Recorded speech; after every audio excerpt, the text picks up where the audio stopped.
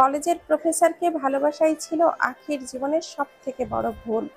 জেদ করে তাকে স্বামী বানাতে পারলেও তার স্ত্রী হতে পারেনি সে। প্রাক্তন যেন তার রক্তে মিশে গেছে। নিজের স্বামীকে প্রাক্তনের স্মৃতিতে কাতর দেখতে আর পেরে উঠছে না আখি। অবশেষে নিয়ে নিল কঠিন সেই সিদ্ধান্ত। স্বামীকে তার প্রাক্তনের সাথে মিলিয়ে দেওয়ার মতো ক্ষমতা মনে জুটিয়ে নিল সে। ভেতরটা পুড়ে ছাই হয়ে গেলেও চেহারায় কোনো ভঙ্গি ফুটে উঠল না তার। আদৃত অবাকত্বের চরম সীমায় পৌঁছে গেল। যে আখি তার পেছনে লাগা কোনো সাধারণ মেয়েকেও ছাড় দিতে চাইতো না, আজ সেই আখি বিনা দ্বিধায় তাকে তুলে দিল অন্যের হাতে। অবাকত্ব নিয়ে আদৃত জিজ্ঞাসা করলো তাকে, তুমি রাইমার সাথে আমাকে মিলিয়ে দিতে এখানে এনেছো? মাথা ঠিক আছে তোমার আখি? আমরা বিবাহিত, এইসব কি করে সম্ভব? হ্যাঁ, আমরা বিবাহিত ডক্টর আদ্রিত, তবে আজও আমরা স্বামী স্ত্রী হতে পারিনি। আর তার কারণ রাইমা, এবং তা মেনে নেওয়া আমার জন্য যতটা কঠিন, তার থেকেও সহজ কাজ ছিল আপনাকে রাইমার হাতে তুলে দেওয়া।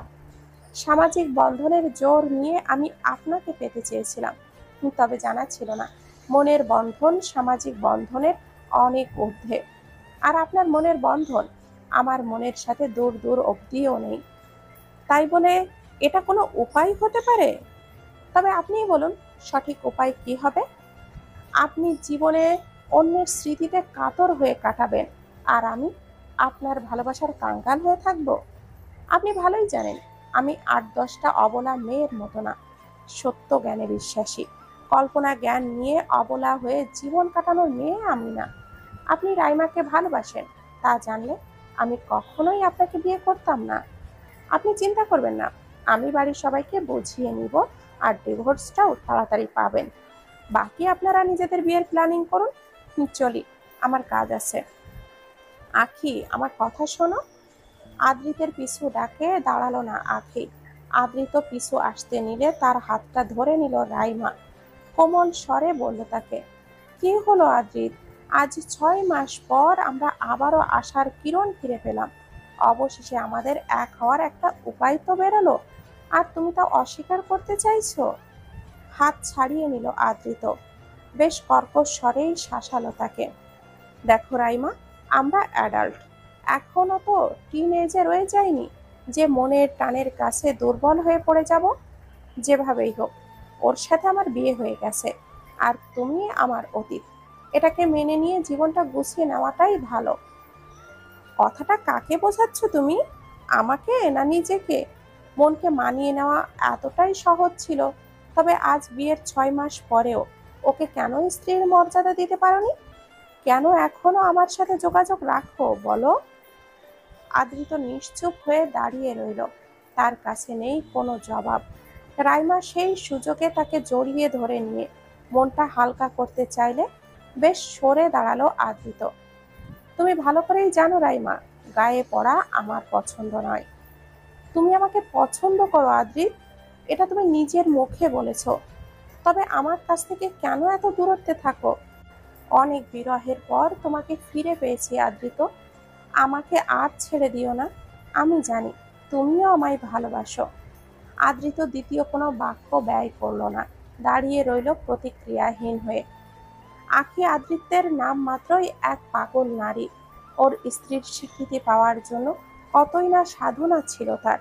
আদৃতের মন জয় করার কোনো সুযোগই হাতছাড়া করত না সে। তবে আখির জানা ছিল না আদৃতের মনের একখণ্ড অংশ জুড়েও তার নেই বসবাস। আখি ভাবত আদৃত তাকে হয়তো একদিন ভালোবাসবেই, তবে তার সেই ভাবনা অনর্থক প্রমাণিত হয় সেই দিন রাতে, যখন আখি লুকিয়ে রাইমার সাথে আদৃতকে দেখা করতে দেখে। রাত তখন প্রায় ১টা। আদৃত বাড়ির পেছনের ঝোপের মতো জায়গায় দেখা করতে গিয়েছিল রাইমার সাথে। আখি কিছুটা টের পেয়ে পিছু নিয়েছিল তার। অতঃপর সেখানটায় গিয়ে যা শুনতে ও দেখতে পায়, তারপর আখি আর নিজের আয়ত্তে থাকতে পারে না। রাইমা আদৃতের হাতটা ধরতে চাইলে আদৃত হাতটা সরিয়ে নিল। রাইমা বলল, কেন এমন করছো আদৃত? তোমার পাশে থেকেও তোমার সাথে অল্প কথা বলার সুযোগও পাই না ওই আখির জন্য। আমার কলটাও ধরো না। মেসেজের রিপ্লাই পাই না তেমন। বলো কি করব আমি?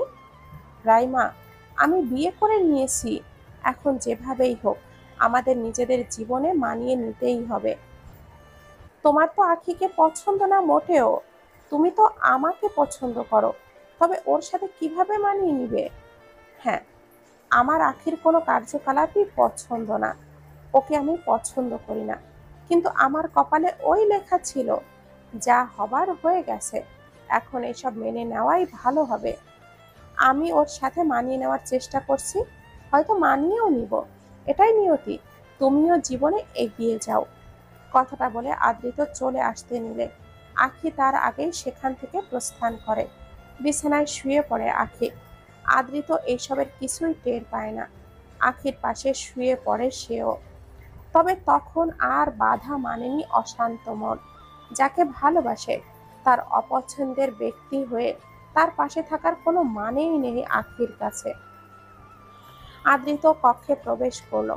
আখি বসে মাথা নিচু করে চুলগুলো সব উল্টো করে আঁচড়াচ্ছিল। আদ্রিত হুট করে এসেই ওকে ওভাবে দেখে আরো বিগড়ালো। হোয়াটস দিস ননসেন্স আখি, এটা কেমন চুল আঁচড়ানো? আর এসব কি শুরু করেছো? সব কিছুতে উল্টামো না করলে কি হয় না? হ্যাঁ, আমি জানি আপনার আমার কোনো কিছুই পছন্দ নয়, আলাদা করে আর বলে দিতে হবে না। আখি উক্ত অবস্থায় চুল আঁচড়াতে আঁচড়াতে জবাবটা দিল। আদ্রিত এগিয়ে গিয়ে চিরুনিটা নিয়ে নিল।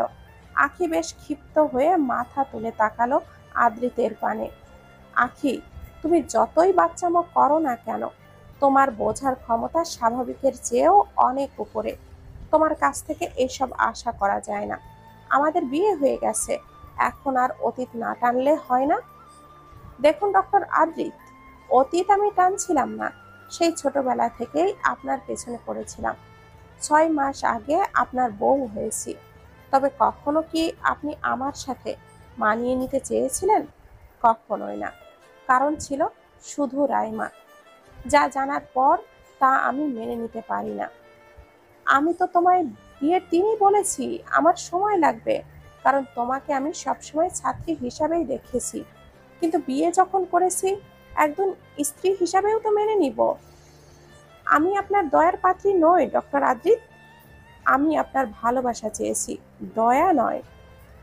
সো কোল্ড সিম্প্যাথি আমার উপরে দেখাতে আসবেন না।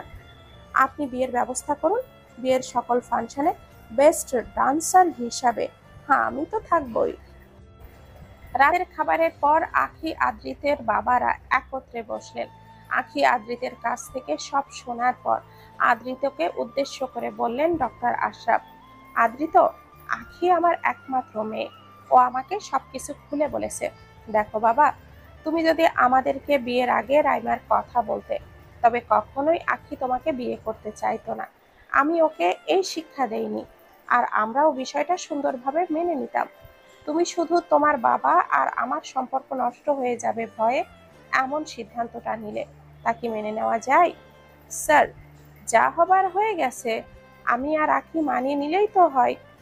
আমার মেয়ে স্বাধীনতা প্রিয়, আমি চাই না ও জীবন এইভাবে মানিয়ে নিক।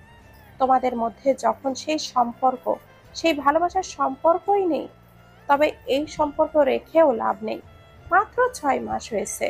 তাছাড়া আমার মেয়ের খুশির জন্য আমি বিয়ে দিয়েছিলাম, তবে ও যদি তোমাকে ছেড়ে দিয়ে খুশি হয়, এটাই আমার জন্য গুরুত্বপূর্ণ।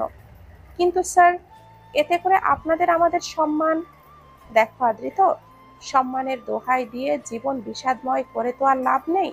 লোকের কি, আজ কথা বলবে কালকে ভুলে যাবে। তুমি ভয় পেও না, এতে আমাদের সম্পর্কের কোনো সমস্যা হবে না। আমি শুধু চাই আমার মেয়েটা অবলা নারীদের মতো করে জীবনে মানিয়ে না নেক। এখন বাকিটা আপনি বলেন এমপি সাহেব, বাচ্চাদের উপরে অধিকার খাটাতে গিয়ে কি ঘটিয়েছেন দেখুন। আমাকে ক্ষমা করে দে রে আশরাফ, আমি ওদেরকে বুঝিনি, নিজের মনের খুশির ওপর তোমাদের কথা ভাবিনি। কিন্তু আমি সব ঠিক করে দেব। আখি যখন এই সম্পর্কে থাকতে চায় না, তবে আমি ওদেরকে ডিভোর্সের ব্যবস্থা করে দিচ্ছি। বাকি আদ্রিত, তুমি কি এই বিষয়ে কিছু বলতে চাও? আপনারা এখনই হুটহাট ডিসিশন নিচ্ছেন? বিয়ে তো আর ছেলে খেলা নয়, আমাকে একটু ভাববার সুযোগ দিন। কথাটা বলে আদৃত উঠে চলে গেল। আঁখি নির্বাক হয়ে তাকিয়ে রইল তার যাওয়ার পানে। বলতেই পারতো, আমি পছন্দ করি আঁখিকে, ওকে ছাড়বো না। কিন্তু না, ও সময় চাইল। আঁখিকে ভালোবাসলে হয়তো এই সম্পর্ক ভাঙা নিয়ে এত বিবেচনা করতো না, সম্পর্ক সুন্দর করে নিত। এটাই আঁখির ব্যর্থতা। দীর্ঘ নিঃশ্বাসে স্থান ত্যাগ করল সে। কক্ষে এসে আদৃতের মুখোপেক্ষি হতে হলো আঁখিকে।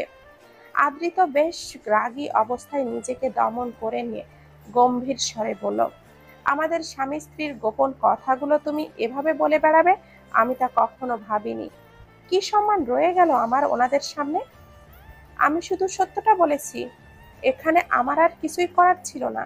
কোনো উপায় তো বের হবে এটার। আপনি লুকিয়ে প্রেম করবেন আর আমি ওতে পর্দা দিব, এমন বউ না আমি।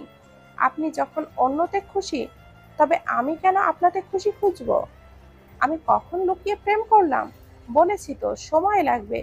হুট করে তোমার প্রেমে পড়ে যাওয়ার মতো কোনো মুখ্য কারণও তো নেই। আর সেই মুখ্য কারণের অপেক্ষায় আমার জীবন কাটিয়ে দেওয়ারও কোনো গুরুত্ব আমি দেখছি না। আপনাকে আপনার ভালোবাসার মানুষকে পাইয়ে দিচ্ছি, তাতে কি মন নেচে উঠছে না আপনার? তুমি কিন্তু বেয়াদবির সীমা লঙ্ঘন করছো আখি। তোমার এইসব আচরণের কারণেই তোমাকে আমার পছন্দ না, আর হয়তো কখনো হবেও না। পছন্দ নয়ই যখন, তবে কেন মানিয়ে নিতে চাইছেন আমার সাথে? বিয়ে করেন না যাকে পছন্দ। সুযোগ তো করেই দিয়েছি, করে নিন, বিয়ে করুন। আখি বেশ চেতিয়ে কথাগুলো বলে উঠল আদ্রিতের। আদ্রিতের রাগটা যেন বেড়ে গেল, যার ফলস্বরূপ বলে উঠল, হ্যাঁ, করব বিয়ে। সত্যি, তোমার মতো মেয়ে আমাকে ডিজার্ভ করে না। রাইমাই আমার জন্য পারফেক্ট, যাকে আমি পছন্দ করেছি। I know. So best of luck. আখি আর দ্বিতীয় কথা বলল না। হালকা স্বরে কথাটা বলে দীর্ঘ নিঃশ্বাস বেরিয়ে গেল ঘর থেকে। রাত 12টা। আখি তার বাইক নিয়ে বেরিয়েছিল সেই কবেই। বর্তমানে নির্জন এক নদীর তীরে বসে আছে। সে নেই যেন তার কোনো ডর ভয়। মনে ধরা দিল আদৃতের বলা শেষের সেই তিক্ত বাণীগুলো। দাঁতে দাঁত চেপে ঘন নিঃশ্বাসের সহিত নিজেকে সামলে নেওয়ার চেষ্টা করছে।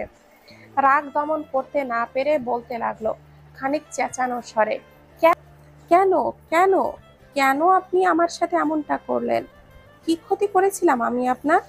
কি কমতি রেখেছিলাম ভালোবাসায়? আপনি আমায় পছন্দ অবধি করলেন না, তবে কেন বিয়ে করলেন? কেন দয়া করতে চাইছেন, যেখানে ভালোবাসার উপরে দয়া শুধুই একটা বিষাদময় অধ্যায়? আপনার দয়ার তলে থাকবে না এই আঁখি। যতটা সাধনা নিয়ে ভালোবেসেছি, ততটাই সংগ্রামের সহিত আপনাকে সঁপে দিব তার হাতে, যার কাছ থেকে ছিনিয়ে নিয়েছি। আফসোস শুধু এতটুকুই যে আপনি আমাকে চিনতে পারলেন না। সঙ্গে আনা পানির বোতল থেকে অল্প পরিমাণ পানি নিজে পান করলো, আর বাকিটুকু মাথায় ঢেলে দিল আঁখি। যদি রাগটা অল্প পরিমাণ শান্ত হয়, তখনই সেখানে অন্য কারোর উপস্থিতি টের পেল। বিচক্ষণ দৃষ্টি নিয়ে আশপাশটা ভালো করে দেখে নিল। অল্পক্ষণ অনুধাবন করে বেশ জোরালো গলায় বলে উঠল, কে এখানে? কোনো জবাব পেল না আঁখি। তবে দুই একবার জিজ্ঞাসা করার পর খানিকটা দূর থেকে কারোর পালিয়ে যাবার শব্দ পেল। আঁখিও সেই দিকটাই গেল, কিন্তু আর পেল না কারোর কোনো সাড়া শব্দ। কয়েকবার জিজ্ঞাসা করলো আবারও, কাউকেই পেল না। জঙ্গলের এক পাশের সরু রাস্তা দিয়ে একজন বলিষ্ঠ যুবক রক্তাক্ত অবস্থায় ছুটছে। তার পেছনে হুডিওয়ালা কেউ একজন তাড়া করেছে। হঠাৎ সেই অজ্ঞাত ব্যক্তি ভারী কিছু দিয়ে তার দিকে ছুঁড়ে মারে। লোকটি তাতে রাস্তায় আছড়ে পড়ে। ছেলেটির চোখে মুখে মৃত্যু ভয় স্পষ্ট ভেসে উঠেছে। শরীর পিছিয়ে কাঁপন্ত ঠোঁটে অনুরোধ করতে লাগলো, আমাকে মেরো না, দয়া করে আমাকে মেরো না। লোকটি তার কোনো কথার উত্তর না দিয়ে স্বাভাবিক ভঙ্গিতে তার দিকে এগোতে লাগলো, হাতে রক্তাক্ত একটা ধারালো ছুরি। লোকটি প্রাণ বাঁচানোর ব্যর্থ চেষ্টায় আবারও উঠে পালাতে লাগলো। অজ্ঞাত ব্যক্তিটি সেই ব্যক্তির দাঁড় করালো ছুরি, তার প্রাণে ছুঁড়ে মারল।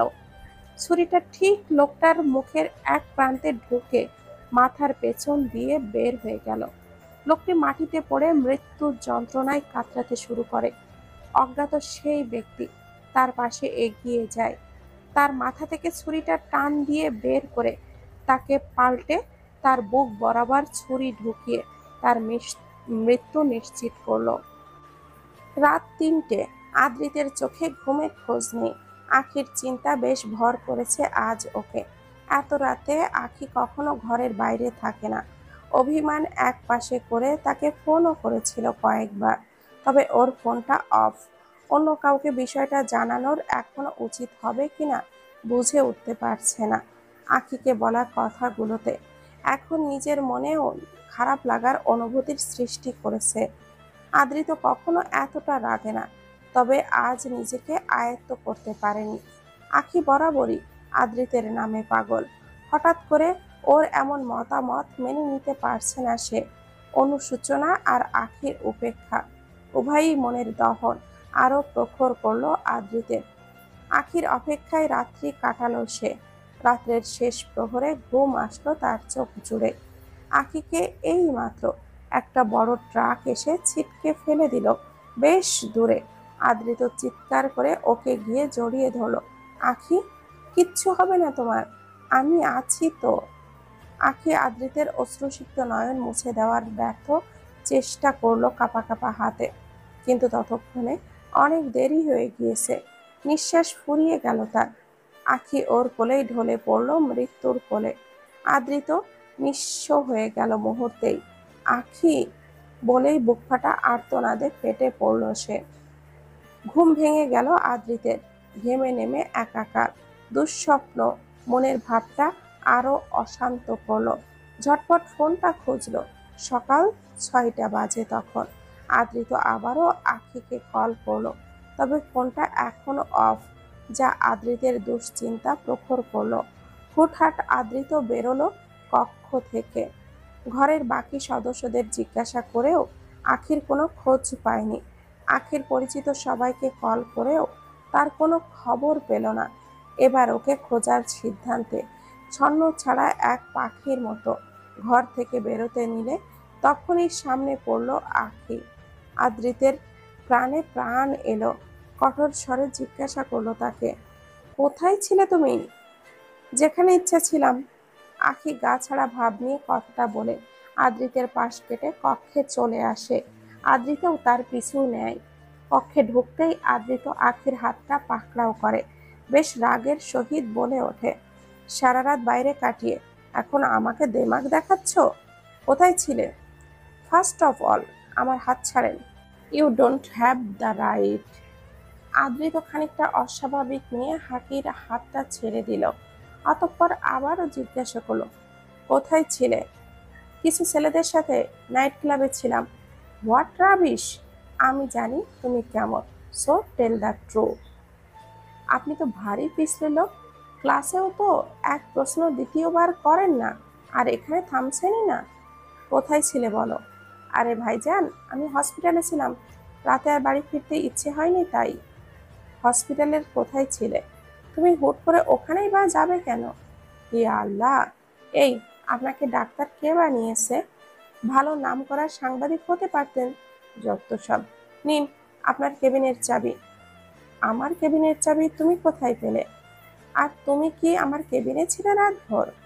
আল্লাহ গো, এ কোন প্যারা! আরে ভাই, চাবি আপনার পকেটেই ছিল।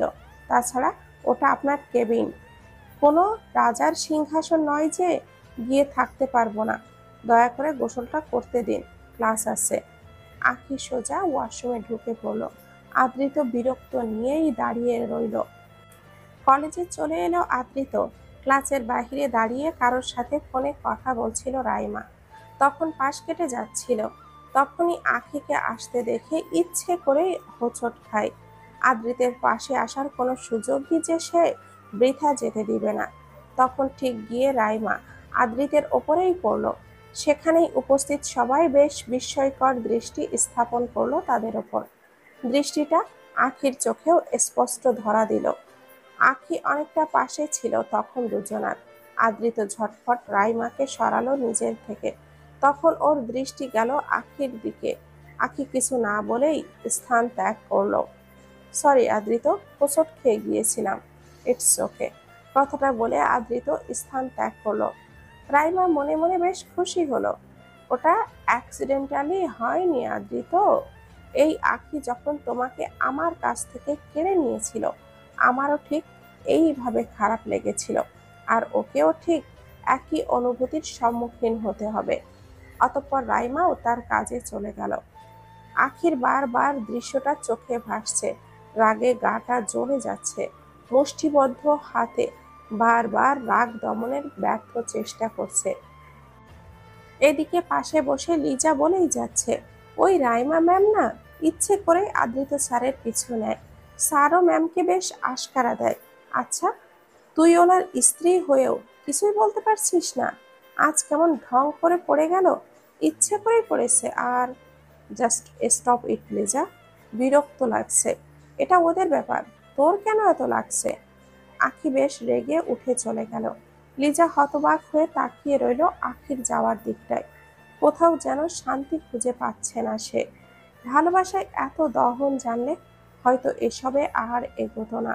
অতিরিক্ত রাগ, ক্ষোভ আর চিন্তা যেন মাথাটা ছিঁড়ে যাচ্ছে। যার পাশেও কোনো মেয়েকে সহ্য করতে পারে না, সেই চোখের সামনে অন্য একজনকে নিয়ে সংসার করবে কিভাবে মানবে সে?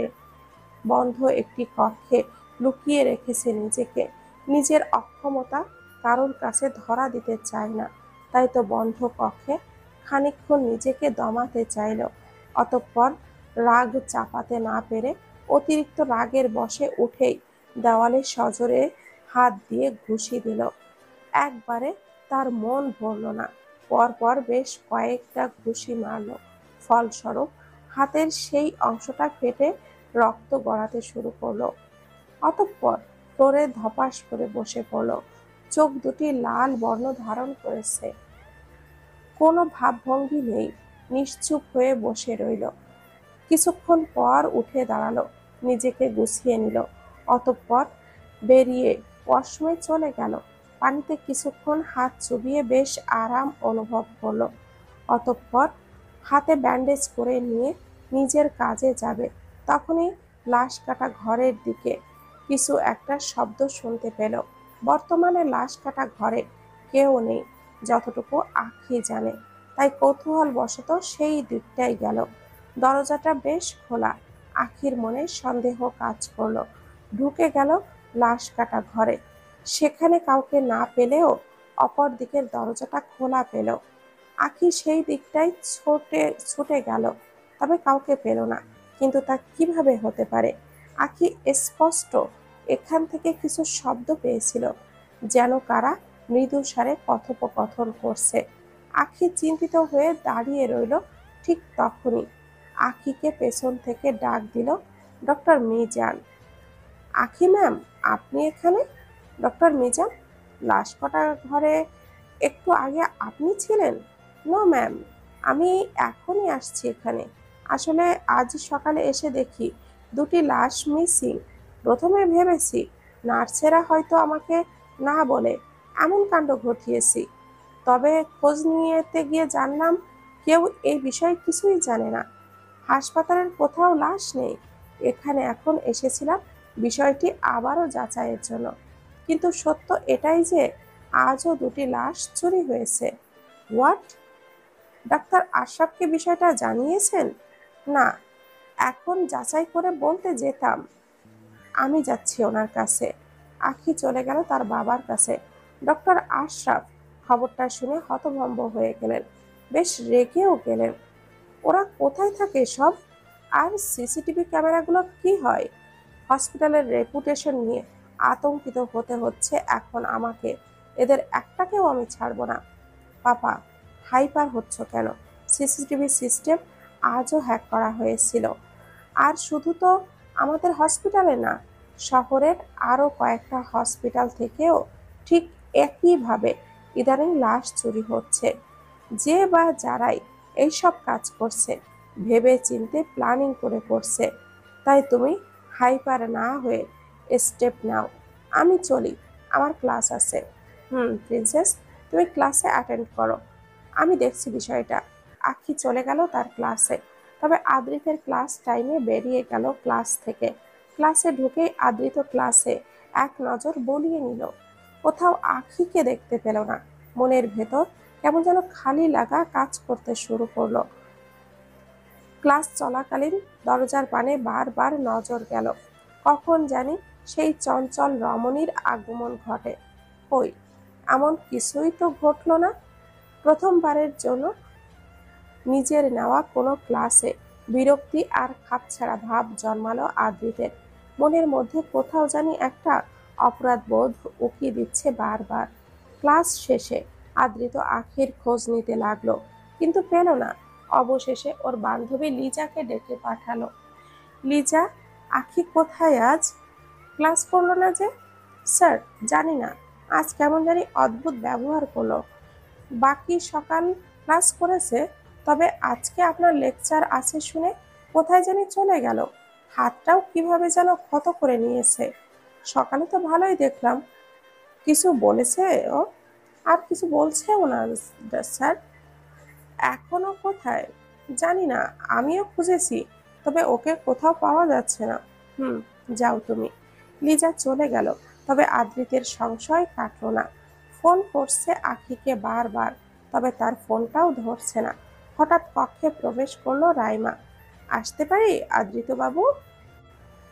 হ্যাঁ, আসো। রাইমা এসে আদ্রিতের বিপরীতের চেয়ারে বসলো। কি আদ্রিত, তুমি অনেক পাল্টে গেছো। মনে আছে কলেজ টাইমে আমরা একসাথে কত কথা বলতাম? এমনকি আমাদের এই মেডিকেল কলেজে নিয়োগ হওয়ার পর প্রথম প্রথম আমাদের প্রয়োজনীয় কাজ শেষ হলেই দুজনে এক রাজ্যের গল্প নিয়ে বসতাম। এখন তুমি একদমই আগের মতো নও। আমাদের অবস্থা আর আগের মতো রয়ে যায়নি রাইমা। কি বদলে গেছে? হ্যাঁ, আগে কলেজে ঢোকার পর থেকে তুমি পাল্টে গেছো। ওকে বিয়ে করে নিলে, কিন্তু দেখলে ওর সাথে খুশি নও তুমি। সেই তুমি আমাকেই ভালোবাসো। এখনো তো তোমার জীবন থেকে সরেও যাচ্ছে। এখন কি আমরা আর আগের মতো হতে পারি না? রাইমা আদ্রিতের হাতে হাত রাখবে, তবে আদ্রিত হাতটা সরিয়ে নিল তখনই। রাইমা, আমি কি কখনো তোমাকে বলেছি আমি তোমাকে ভালোবাসি? আমরা কি কখনো প্রেমিক প্রেমিকার মতো ছিলাম? তুমি ভালো করেই জানো আমি তোমাকে অনেক ভালো বন্ধু মনে করতাম, আর এখনো তাই করি। বন্ধু হিসাবে তুমি বেস্ট। তুমি অনেক গোছালো, শান্ত আর ম্যাচিউর। আমার সাথে অনেক স্বভাবের মিল আছে। সে ভেবেই তোমায় বিয়ের প্রস্তাব আমি মেনে নিয়েছিলাম, কিন্তু তোমাকে নিয়ে আমার মনে তো অমন কোনো অনুভূতি কখনো আসেইনি। তাই আখিকে বিয়ে করা আমার জন্য কঠিন কিছু ছিল না। তুমি প্লিজ আমাকে এইসব নিয়ে আর কিছু বলো না। বললে না বললেই বরং খুশি হব। এখন আমার একটা সার্জারি আছে, so I am leaving. Take care. কিন্তু আদ্রিত, আদ্রিত রাইমার কোনো কথাই আর শুনল না। সে চলে গেল। রাইমার চোখ বেয়ে অশ্রু গড়িয়ে পড়তে শুরু করলো। বেলকনির এক প্রান্তে ঠাঁই নিয়ে বসে আছে আখি, হাতে একটি গিটার। রহস্যময়ী ঘন কেশডয় ছেড়ে দিয়েছে উন্মুক্ত বাতাসে। দুলছে তা আপন মনে। বাতাসের সুরে সুর মিলিয়ে গান ধরেছে আখি।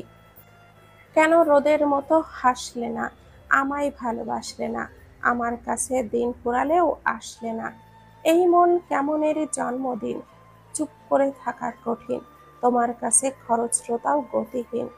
নতুন সকালগুলো কপাল ছুলো তোমারই, দূরে থেকেও এটাই সত্যি তুমি আমারই, শুধু আমারই। জলে ভেজা চোখ বোঝা ঘুম খোঁজা ভোর, নিশানার তীর স্মৃতির ভিড়, এলোমেলো ঘরদোর। মেঘ আসে এলো কেশে ছুঁয়ে দিলেই সব চুপ। সেই মেঘবালিকা গল্প হোক, শহর জুড়ে বৃষ্টি হোক, রোদ্দুর হোক, আজ শুধুই তার ডাকনাম। পাতা ভরা শব্দ টুকরোরা, কালবৈশাখীর মতো মুখ চোরা। সব ভিজে যাক, শুধু বেঁচে থাক অভিমান। নতুন সকালগুলো কপাল ছুলো তোমারই, বেঁধে রাখতে পারলে তুমি আমারই, শুধু আমারই। হঠাৎ গান বন্ধ করে দিল আখি। স্বাভাবিক ভঙ্গিতেই গম্ভীর স্বরে বলল, লুকিয়ে কারোর গান শোনাও? উচিতের তালিকায় পড়ে না ডাক্তার সাহেব। আদৃত বিনা বাক্যে তার পাশে গিয়ে বসল। আখির হাত থেকে গিটারটা নিয়ে নিল। অতঃপর ওর কাটা হাতের দিকে হাত বাড়ালে তখনই হাতটা সরিয়ে নিল আখি। বাচ্চামো না করে হাতটা দাও, আমি দেখি। ভুলে যাবেন না, আমি ফাইনাল ইয়ার স্টুডেন্ট। এইসব ছোটখাটো কাটা ছেঁড়া আমি নিজেই সামলাতে জানি। আর তার জন্য সার্জন লাগবে না। সার্জন তো নিজে থেকে চলে আসছে। সো ফাইনাল ইয়ার স্টুডেন্টের মোটেও উচিত নয় তাকে ফিরিয়ে দেওয়া। আখি আদ্রিতের আর বাধা দিল না। আদ্রিত সাথে করে ফার্স্ট এইড বক্সটা নিয়ে এসেছিল। হাতের ব্যান্ডেজ খুলতে খুলতে বলতে লাগলো আদ্রিত, মেডিকেল স্টুডেন্ট হলেও তোমার গানের সুর অতি মুগ্ধকর, তাই নিজেকে সামলাতে পারিনি। তা হাতের এই হাল হলো কেমনে? অ্যাক্সিডেন্টালি। এটা অ্যাক্সিডেন্টালি বলে মোটেও ধরা যায় না আখিরানি। মনে হচ্ছে ইচ্ছে করেই করা হয়েছে। হাত দিয়ে দেওয়ালে ভাঙার প্র্যাকটিস করছিলে নাকি? দেখে তো এমনই মনে হচ্ছে। এত কিছু জানতে হলে আমার হাত দেখতে হবে না, ছাড়ুন। আজকাল সব কিছুতেই খ্যাপা ভাবটা বেশ বেড়েছে তোমার, তাই না? শান্ত মনেও কিছু জিনিস মেনে নিতে পারো। আখি জবাবে কিছুই বলল না আর। আদৃত কিছুক্ষণ থেমে আবারও বলল শান্ত গলায়, আখি, আজকে রাইমা অ্যাক্সিডেন্টালি আমার উপরে পড়ে গিয়েছিল। সেটা আমাকে কেন বলছেন? কদিন পর ও আপনার স্ত্রী হতে চলেছে, তাই এসবের কৈফিয়ত আমাকে দিতে হবে না। আখি, আমরা অ্যাডাল্ট, চাইলে কি সমঝোতার মাধ্যমে মানিয়ে নিতে পারি না? আমাদের ডিভোর্স আর আমার দ্বিতীয় বিয়ে কি সমাজে ভালো দেখাবে? আপনি আমাকে ভালোবাসেন? আদৃত অল্প থমকালো, অতঃপর বলল আবারও, না বাসলেও মানিয়ে নিতে গিয়ে তার জন্ম নিয়েই নিবে। পছন্দ করেন আমাকে? চেষ্টা করলে পছন্দ সৃষ্টি হতেই পারে। তাছাড়া আমি তোমাকে পছন্দ করি বিষয়টা তেমনও না। রাইমাকে ভালোবাসেন? ওকে আমার পছন্দ। আমি যেমনটা চাই ও তেমনই। আর কলেজ টাইম থেকে আমরা ফ্রেন্ডস। ও আমায় ভালো করে জানে। ওর সাথে ভালো থাকি, এটাই। পারবেন ওকে জীবন থেকে সরিয়ে দিতে? চেষ্টা করব যাতে ও কখনো আমাদের মধ্যে না আসে। আমাদের এই সম্পর্ককে আরও একটা সুযোগ দেওয়া উচিত বলে মনে হয় আমার। কখনো আপনি আফসোস করবেন না যে রাইমা আপনার জীবন সঙ্গিনী হলে ভালো হতো? জানি না, তবে সেই আফসোসটা যাতে না আসে সেই চেষ্টাই করব। হয়তো চেষ্টা করলে সবই সম্ভব, কিন্তু যেখানে মনের সম্পর্কটা বড় হওয়া উচিত সেখানে সেই সম্পর্ককে চেষ্টা আর মানিয়ে নেওয়ার নামে বদনাম করার মানে হয় না। আমাদের উচিত জীবনে এগিয়ে যাওয়া। বাবাকে বলেছি ডিভোর্সের ব্যবস্থা করতে। উনি আপনার মতামতের অপেক্ষা করছেন। আশা করি ওনাকে তাড়াতাড়ি মতামত জানাবেন আপনার। আর হ্যাঁ, ব্যান্ডেজের জন্য ধন্যবাদ। আখি উঠে চলে গেল। আদৃত হতভম্ব হয়ে বসে রইল সেখানটায়। বসার ঘরের সোফায় হেলান দিয়ে মাথায় হাত রেখে বসে আছে আদৃশ, কোলে একটা ল্যাপটপ নিয়ে। হঠাৎই ল্যাপটপে কারোর কার্যক্রম অনুভবে চোখ খুলে সামনে তাকালেই দেখতে পেল আখিকে। কি এসপি স্যার? সামনে লাশের ছবি রেখে কি এমন চিন্তায় মশগুল শুনি? অনেক কিছু চিন্তায় আছি ডক্টর ম্যাম। এই প্রমত্ত অঙ্গনা মাথা খেয়ে বসে আছে। আজকে আরো একটা লাশ পাওয়া গেছে, নির্মমভাবে হত্যা করা হয়েছে। মাথায় রেপিস্ট লিখে গেছে। লাশের পাশে লিখেছে, নর পশুদের বেঁচে থাকার কোনো অধিকার নেই প্রমত্ত অঙ্গনা। সব খুনের কি একই কারণ লিখে যায়? হ্যাঁ। তার নির্দিষ্ট কোনো কারণে মারে নাকি এমনিতেই যাকে ইচ্ছা তাকেই মারে? নিউজ থেকে যতটুকু জানি এই লোক এখন অবধি বাজে লোকেদেরই মেরেছে। হ্যাঁ, খারাপ লোক যাদের ওপর অগণিত মামলা থাকে, বিচারের আওতায় আনা হচ্ছে না বা যাচ্ছে না। তবে তো ভালোই কাজ করছে, হাহা, আপনার কাজের ভার কমিয়ে দিচ্ছে। আদৃত আখির খোঁজেই কক্ষ থেকে বেরোতেই উক্ত দৃশ্য চোখে পড়ল। আখি আদৃশের বেশ পাশে বসেই গল্প করছিল। তুমি হাসছো? ও এক পাগল লোক, সিরিয়াল কিলার। ও আমার ভার কমাচ্ছে না ছাই। হুট করে প্রাণ নিয়ে নেওয়া তো কিছুর সমাধান হতে পারে না। সব কিছুর জন্যই আইন আছে। হুম।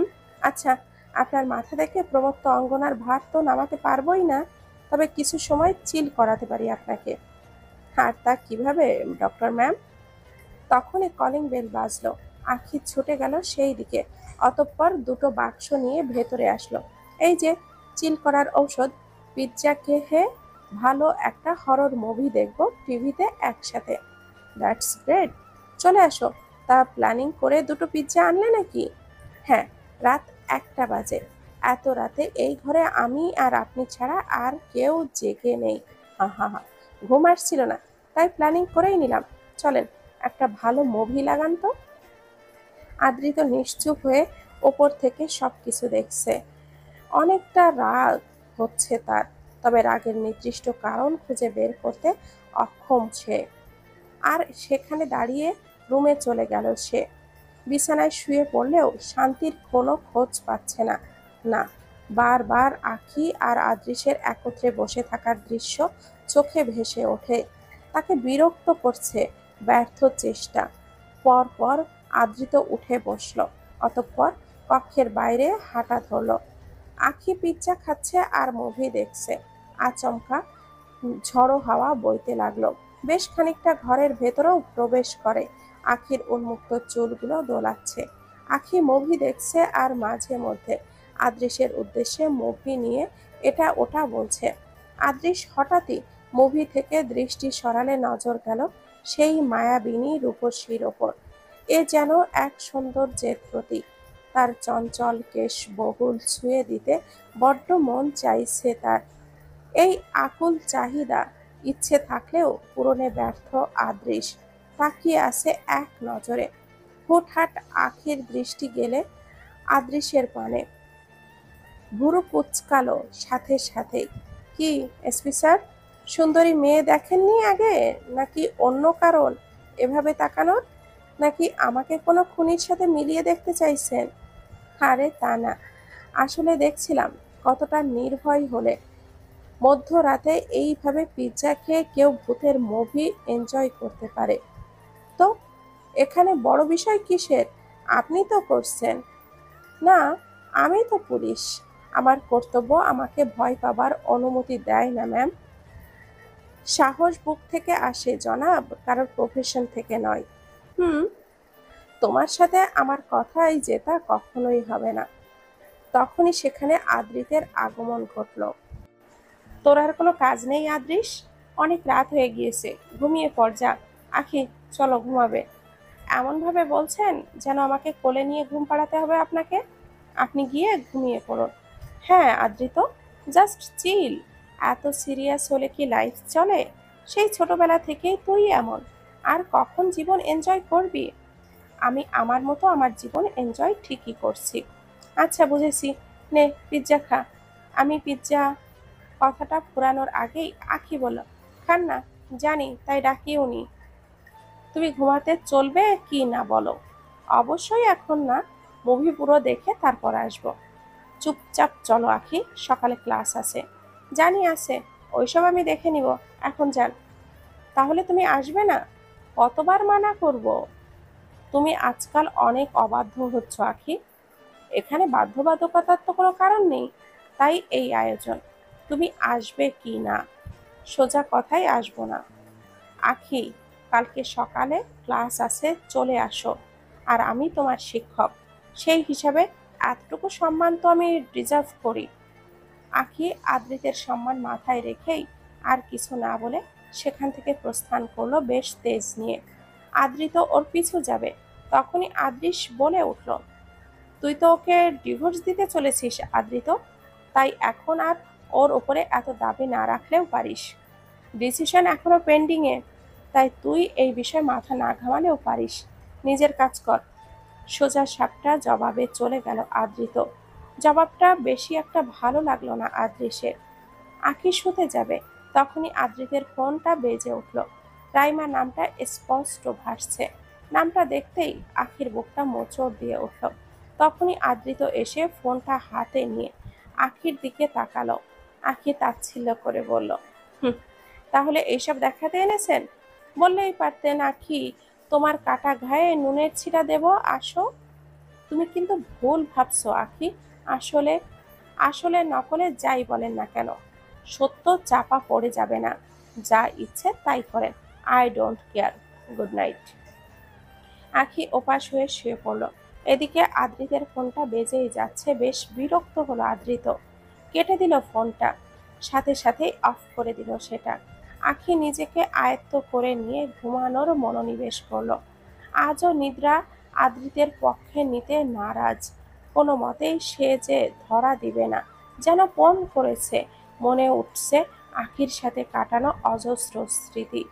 চোখ খুলতেই আখির ঘুমন্ত মুখশ্রী তার চোখে ভাসল। কি মায়াময় সেই চেহারা! লালচে রঙের নাকের ডগা যেন তার অসীম রাগের প্রমাণ দিয়ে যায়। আর মায়াবী সেই মুখখানা, তার কোমল হৃদয়ের প্রতিচ্ছবি। অজানা এক কারণে তাকিয়ে রইল আদৃত আখির পানে। অপলক সেই দৃষ্টি। কখন ঘুম এলো ঠিক জানা নেই। সকাল ৭টা। ঘুম ভাঙল তার। চোখ খুলে দেখতে পেল আখি পাশে নেই।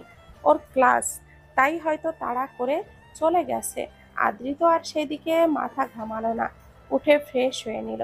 ফোনটা অন করতেই আসলো রাইমার কল।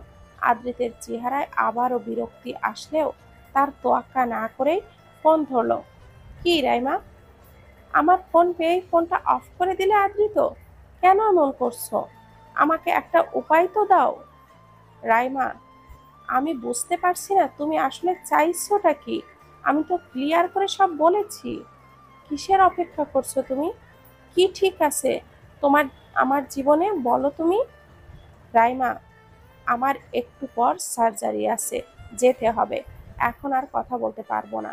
ওকে, তবে আজকে আমার সাথে দেখা করতে হবে। তোমার সাথে অনেক কথা আমার। ওকে, সন্ধ্যায় হসপিটালের পাশের রেস্টুরেন্টটাই দেখা করছি তোমার সাথে। না, রেস্টুরেন্টে না, আজকে ডিনার আমরা বাড়িতেই করব। ওকে, বাই। ফোনটা রেখে দিল আদৃত। রাইমার মনে অনেকটা প্রশান্তি এলো। আখি সেই সময় কক্ষে প্রবেশ করছিল। ফোন রাখতেই আদৃতের চোখে পড়ল তাকে। বুঝতে পারল কথাগুলো ওর কানে গেছে, তবে আখি কোনো প্রতিক্রিয়া করলো না। বিনা বাক্যে স্থান ত্যাগ করলো। আখি নিজের বাইক নিয়ে কলেজে প্রবেশ করবে, তখনই ওর বাবার গাড়ির সামনে রিপোর্টারদের ভিড় দেখতে পায়। আখি সাথে সাথে নেমে ছুটে যায় তার বাবার কাছে। কারের দরজাটা খুলে নামলেন আশরাফ খান। গার্ডেরা তাকে ঘিরে আছে। গার্ডেরা আখিকে দেখতেই ওর বাবার পাশে যাওয়ার রাস্তা করে দেয়। রিপোর্টাররা ওনার দিকে এগিয়ে আসে। আখি রিপোর্টারদের উদ্দেশ্যে বলে ওঠে, আপনাদের এত সাহস দেয় কে? মেডিকেল কলেজের সামনে এইভাবে একজন সিনিয়র ডক্টরকে ঘেরাও করেন? আখি, মাই প্রিন্সেস, কাম ডাউন। এটা ওদের কাজ। কাজ? হ্যাঁ, বলুন আপনাদের কি চাই? একজন সাংবাদিক বলে উঠল, ডক্টর আশরাফ, গতকালও আপনার এখান থেকে আরো 2টি লাশ চুরি হয়েছে। এই নিয়ে একই ঘটনা 2 দিন ঘটেছে এখানটায়। এই বিষয়ে আপনি কি বলতে চাইবেন? দেখুন, যদি কথা আসে লাশ চুরির, তবে সেটা শুধু আমার হসপিটালেই না, শহরের বিভিন্ন হসপিটাল থেকেই হচ্ছে। তাই শুধু শুধু আমাকে হেনস্থা না করে এসবের গোড়ায় কে বা কারা, তার খোঁজ রাখলে ভালো হবে। আপনি আমাদের গুমর করে নিজের ক্রাইম ঢাকতে পারেন না ডক্টর আশরাফ। অন্যান্য হসপিটালের কথা না হয় পরেই বললাম, তবে আপনারা হসপিটালের মতো সুনামধন্য হসপিটালে এমন একটা ঘটনা অনাকাঙ্ক্ষিত। সাংবাদিক নাদিমের এমন কথায় বেশ ক্ষেপে উঠল Akhi. How dare you to talk to my father like this? হয়তো আপনি ভুলে গেছেন আপনি কার সাথে কথা বলছেন। কোনো সাক্ষ্য প্রমাণ ছাড়া আপনি আমার বাবাকে ব্লেম করার সাহস পান কোথা থেকে? পাওয়ারের জোরে তো সব জায়গায় চলবে না মিস আখি। লিসন মিস্টার, যদি আমার বাবা পাওয়ার দেখাতো, তবে হয়তো বর্তমানে আপনারা এই স্থানে দাঁড়ানোর ক্ষমতাটাও রাখতে পারতেন না। I hope you understand. Akhi, my love, come on. এদের সাথে কথা বলে লাভ নেই। Guards, tackle them. আশরাফ খানের কথা মতো গার্ডেরা সাংবাদিকদেরকে আটকে নিল। অতঃপর আখি ও তার বাবা ভেতরে প্রবেশ করে গেলেন। আখি যেতে যেতেই সেই সাংবাদিকের দিকে অগ্নিদৃষ্টি স্থাপন করা বাদ দেয়নি। নির্জন একটা বন্য এলাকায় ছোট একটা ভাঙা ঘর, দেওয়ালে বড় করে হুডি পরা মুখোশধারী এক ব্যক্তির চিত্র আঁকা, পাশে বড় করে লেখা প্রমত্ত অঙ্গনা। ঠিক সামনে দাঁড়িয়ে আছে আরেকজন ব্যক্তি, সেও হুডি পরা। সে তাকিয়ে আছে প্রমত্ত অঙ্গনা নামক ছবির দিকে। বিড়বিড় করে বলতে শুরু করেছে, প্রমত্ত অঙ্গনা, ভয় আর অন্ধকারের আরেক নাম তুমি। হ্যাঁ, তুমি আমার বল, তুমি হবে আমার আর আমার জয়ের কারণ।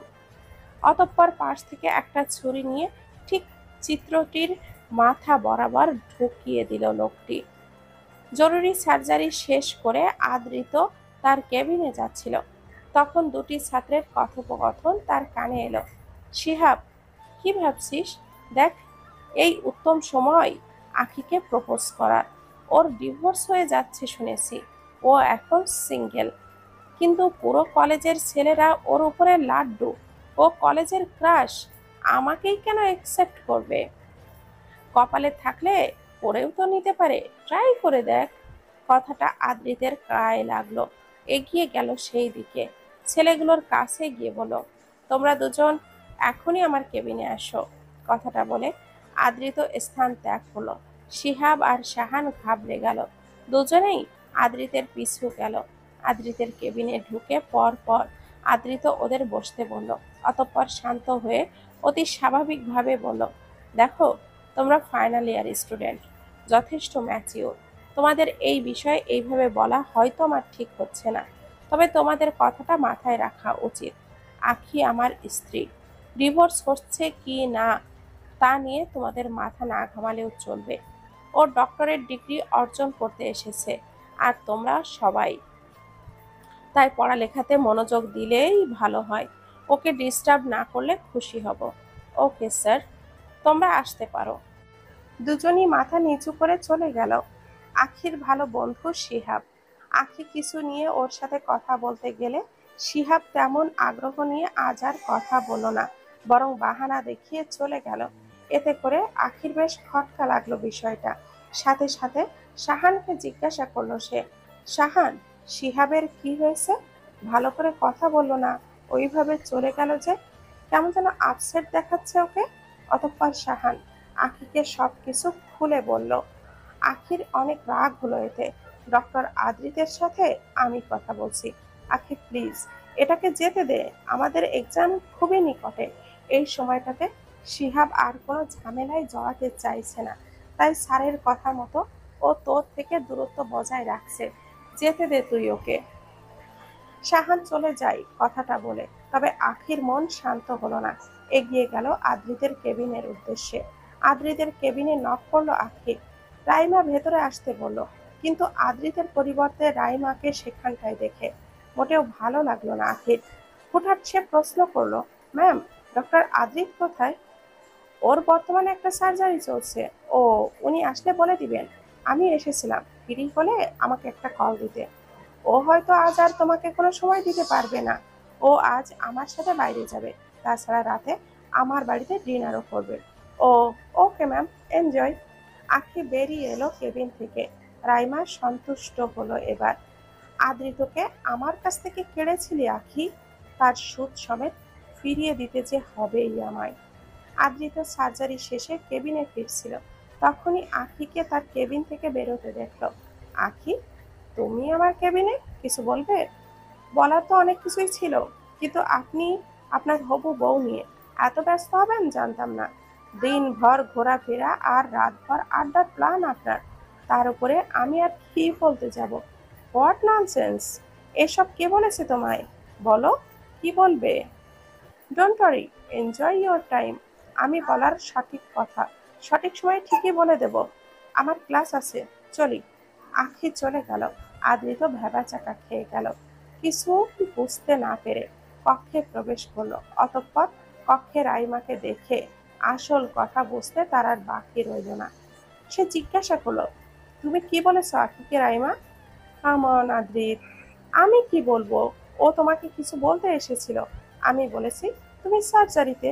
ও এমনি মুখ বাঁকিয়ে চলে গেল। আমাকে তোমার পাশে একদমই সহ্য করতে পারে না, এটাই ওর সমস্যা। ও এতটাও বেয়াদব নয় যে তুচ্ছ কথায় মুখ বাঁকাবে। আর তোমার আমার প্রতি এত অধিকার নিয়ে কথা বলার ক্ষমতা ওর দয়া থেকে এসেছে, তা ভুলে যেও না। ওকে হিংসুটে বলার আগে ওর বড় মনের পরিধি বোঝার চেষ্টা করো। আমি তো শুধু রাইমা, আমার মনটা ভালো নেই, আমাকে একটু একা থাকতে দাও। আচ্ছা, আমি চলে যাচ্ছি। রাতে আসছো তো? না, তুমি তো বলেছিলে আসবে। রাইমা, বোঝার চেষ্টা করো, আমার তোমার সঙ্গে আর কোনো কিছুতেই আগানোর ইচ্ছা নেই। আখি আমার জীবনে থাকুক বা না থাকুক, ওটা ওর ব্যাপার, কিন্তু আমি আর জীবনে কাউকেই জড়াবো না। শেষবারের মতো একবার আমার বাসায় এসো প্লিজ, তারপর তুমি যে সিদ্ধান্ত নিবে নিও। বাবা তোমার সঙ্গে কিছু আলাপ করতে চাই। শুধু তাই? রাইমার বাবার কথা শুনে একটা গম্ভীর ভাবনা ভর করলো আদ্রিতের মনে। রাইমা আবারও বলল, আসবে তো? ওকে। আদ্রিতের সম্মতিতে যেন একটা বড় কারণ লুকিয়ে রইল। কলেজ ছুটি।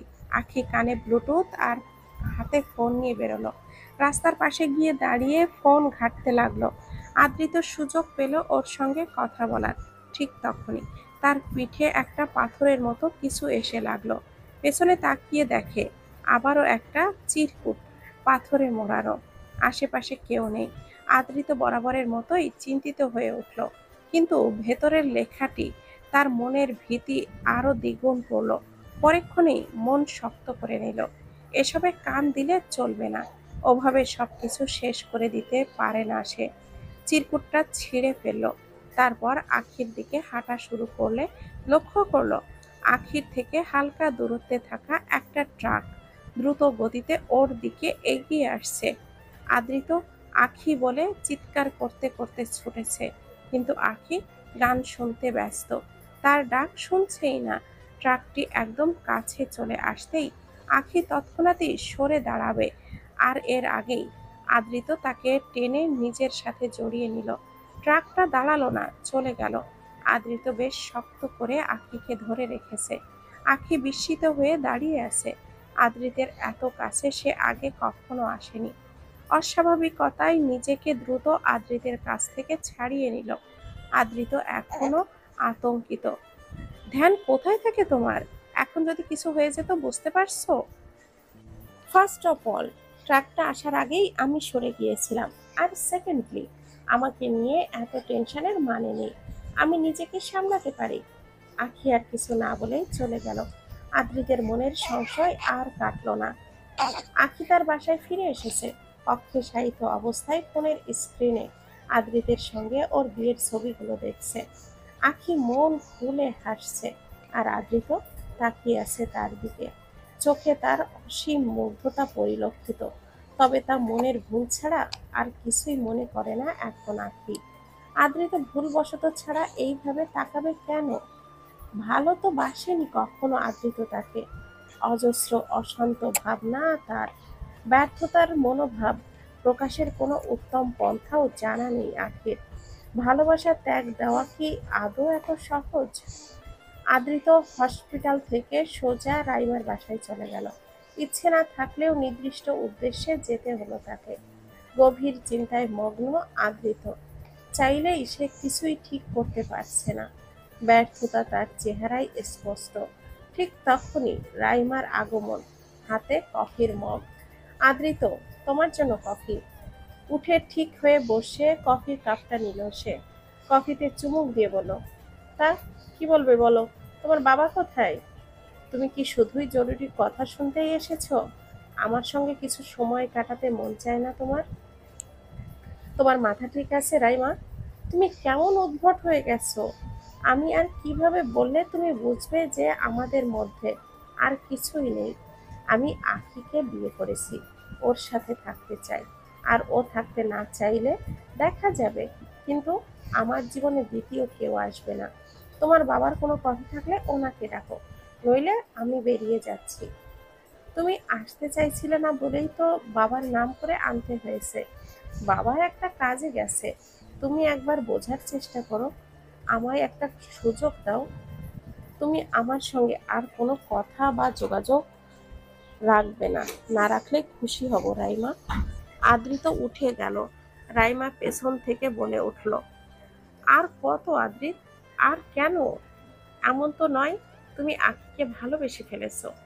আদ্রিত থমকে গেল, কোনো উত্তর দিল না, ভঙ্গিমাহীন রইল। রাইমা আবারও বলে উঠল, কথা বলছো না কেন আদ্রিত? তুমি কি আখিকে ভালোবাসো? এমন তো নয় যে তুমি ওকে ছাড়তে চাও না, নাকি ওর সঙ্গে সহবাসটা?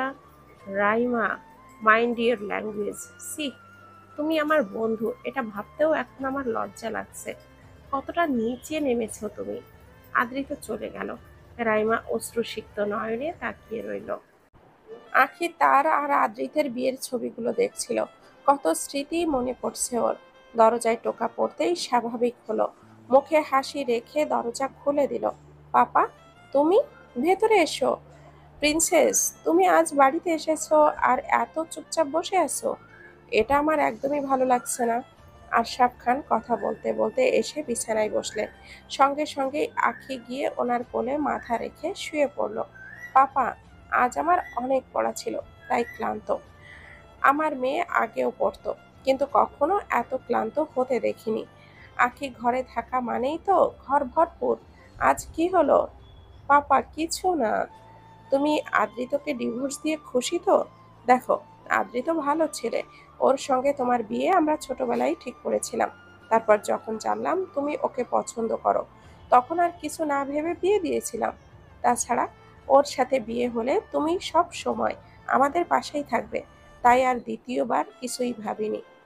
যদি জানতাম ও তোমার জীবনে, ওর জীবনে অন্য কেউ আছে, তাহলে কখনোই সেটা করতাম না। কিন্তু তুমি কি ওকে ছেড়ে খুশি তো? পাপা, ওটা আমার মনের ভুল ছিল। বিয়ের পর আমি ওনাকে স্বামী হিসাবে মানতে পারিনি। উনি চেষ্টা করেছেন আমার মন জয় করার, তবে আমি পেরে উঠিনি।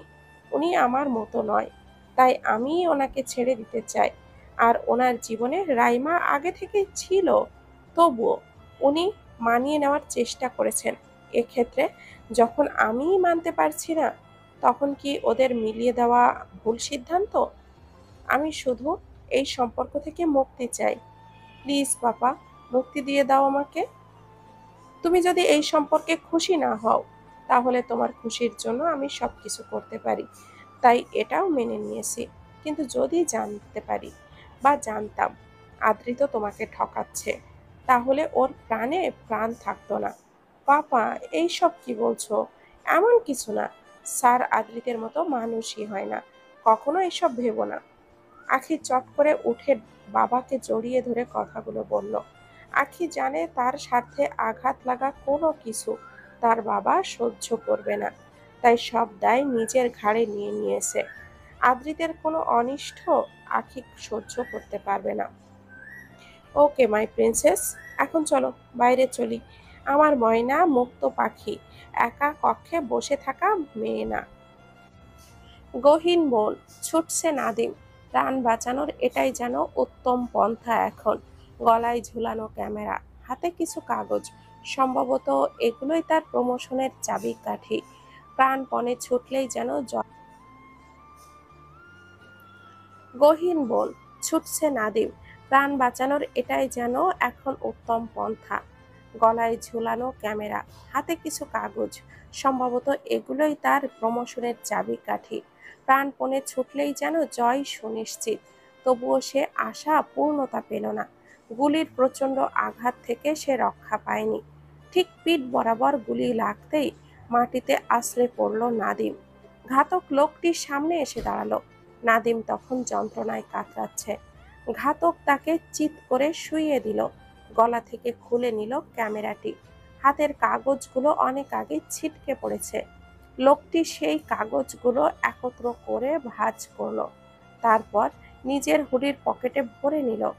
নাদিম ভারী স্বরে কাঁদতে কাঁদতে বলল, প্লিজ, আমি কাউকে কিছু বলবো না, আমাকে মেরো না। লোকটি কোনো উত্তর না দিয়েই সাথে সাথে একটি ছুরি নাদিমের বুক বরাবর ঢুকিয়ে দিল। নাদিম নিস্তেজ হতে শুরু করলো। তার অবস্থা করুণ। লোকটির ভেসে আসা রক্তে কিছু লিখতে যাচ্ছিল তার পাশেই। এমন সময় কারো আসার ইঙ্গিত পেয়ে সে তড়িঘড়ি করে পালিয়ে গেল। নাদিম বিপদের আশঙ্কা বুঝতে পেরে নিজের টিমকে ঠিকানা পাঠিয়ে দিয়েছিল অনেক আগেই। তার প্রাণ রক্ষার্থে। রাত 1টা, ভরপুর আড্ডার পর খান মঞ্জিলের সবাই ঘুমিয়ে পড়েছে। জেগে আছে শুধু আনাহিতা খান আখি আর তার ভাই ডক্টর রুদ্রিক খান। ভাইয়ের কোলে মাথা রেখে গল্প করছে আখি। ভাই তার মাথায় হাত বুলিয়ে দিচ্ছে। এমন সময় আগমন ঘটল আদ্রিতের। আদ্রিতের আসাটা মোটেও কাম্য ছিল না আখির কাছে। হঠাৎ করেই সে প্রশ্ন ছুড়ে দিল,